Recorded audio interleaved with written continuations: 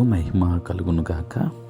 క్రీస్తునందు ప్రియ దేవుని బిడ్డలారా, ప్రభువైన యేసు క్రీస్తు పరిశుద్ధ నామంలో మీ అందరికీ ఈ ఉదయకాల శుభములు తెలియచేయచ్చు ఉన్నాను.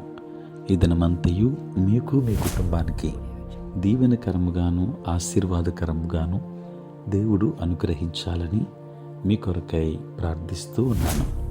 నేటి దినము కొరకు ఏర్పాటు చేయబడిన దేవుని వాక్యము మార్కు సువార్త 12వ అధ్యాయం 44వ వచనం. ఈమె తన లేమిలో తనకు కలిగినదంతయు అనగా తన జీవనమంతయు వేసినని చెప్పెను. ప్రియులారా, నేటి దినం కొరకు ఏర్పాటు చేయబడిన ధ్యానాంశము దరిద్రులైనను ధనవంతులే. ప్రియులారా, చదువుబడిన వాక్య భాగాన్ని గమనిస్తే యేసు ప్రభువారు తన శిష్యులను పిలిచి వారితో, కానుక పెట్టెలో డబ్బులు వేసిన వారందరికంటే ఈ బీద విధవరాలు ఎక్కువ వేసినని మీతో నిశ్చయముగా చెప్పుచున్నాను.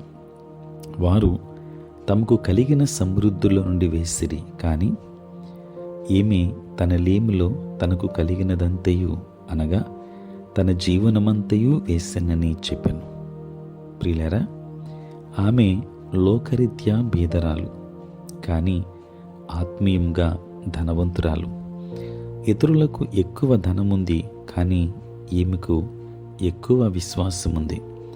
దేవుడు ఈ లోకంలో బీదరికంలో ఉన్నవారిని విశ్వాసంలో ఐశ్వర్యవంతులుగా ఉండటానికి ఎన్నుకొన్నాడు.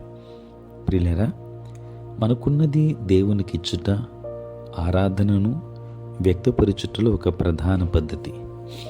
ధనం దశవిధిలా పనిచేయును. ధనం అన్నింటికీ మూలం. ఇవి ధనాన్ని గురించి మనుష్యుల్లో ఉన్న ఉద్దేశాలు. అందుచేతనే ధనాపేక్ష సమస్త కీడులకు మూలం అని పరిశుద్ధ గ్రంథం మనల్ని హెచ్చరిస్తుంది.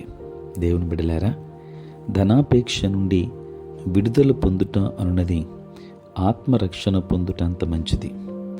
అది జయించాల్సిన ఒక శోధన, తప్పించుకోవలసిన ఒక ఉచ్చు, విడిచిపెట్టవలసిన ఒక బుద్ధిహీనత, అణచివేయవలసిన ఒక ప్రమాదకరమైన దురాశ, భయపడాల్సిన ఒక వినాశనం, మరియు దాని నుండి పారిపోవలసిన ఒక అగాధము. దేవుని బిడ్డలారా, దేవుడు మనకు సిరి సంపదలిచ్చి మనం వాటిని ఎలా వాడుతున్నామో పరీక్షిస్తాడు. యేసు కావాలనే కానుక పెట్టె ఎదుట కూర్చుని కానుకలు వేయుట గమనిస్తూ ఉన్నాడు. ప్రియ దేవుని బిడ్డలారా, సంఘం మనమెంత ఇస్తున్నామో అను దానిని నమోదు చేస్తుంది. దేవుడు మన దగ్గర ఎంత ఉంచుకున్నామో లెక్కిస్తాడు. మన యొద్ద ఉంచుకునే ధనం తగ్గుతూ ఉన్నప్పుడు ఆరాధన అను నిచ్చెన మీదకు మనం పైపైకి అధిరోహిస్తూ ఉంటాం. దేవుని వాక్యాన్ని వింటున్న దేవుని బిడ్డలారా, ఈ సత్యం మాదిరికరమైన మాసిదోనియా క్రైస్తవులను గూర్చి ఉదహరించబడింది. నిరుపేదలైనను వారి దాతృత్వము బహుగా విస్తరించెను. ప్రియులారా, దీనిని గూర్చి ప్రస్తావిస్తూ పౌలు, వారు తమ్మును తామే ప్రభునకు అప్పగించుకునిరి అని అన్నాడు. స్వచ్ఛమైన ఆరాధన త్యాగపూరిత అర్పణ అనగా సామర్థ్యము కంటే ఎక్కువ ఇవ్వడం. ఒక సభ్యుడు లేక క్రీస్తు శరీరములోని ఒక భాగము త్యాగపూరితముగా అనగా ఒకని శక్తికి మించి ఇచ్చినప్పుడు ఇతరులు అంతకంతకు ఎక్కువగా దేవునికి కృతజ్ఞతాస్తుతులు చెల్లించుటకు కారణభూతులవుతారు.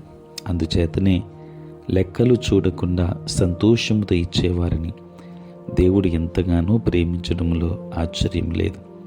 కనుక దేవుని బిడలముగా, దేవుణ్ణి ఆశ్రయించే వారముగా ఉందాం. దేవుని కొరకు ప్రయాసపడదాం. దేవునిలో నిలిచి ఉందాం. దేవునికి మన హృదయాన్ని, సమస్తాన్ని ఆయనకి అప్పగిందాం. దైవాశీర్వాదాలు పొందుకుందాం. దేవుడు మిమ్మును మీ కుటుంబాన్ని దీవించునుగాక. ఆమేన్. ప్రార్థన. పరిశుద్ధుడైన తండ్రి, ప్రేమ కలిగిన ప్రభువానికి స్తోత్రాలు నాయన.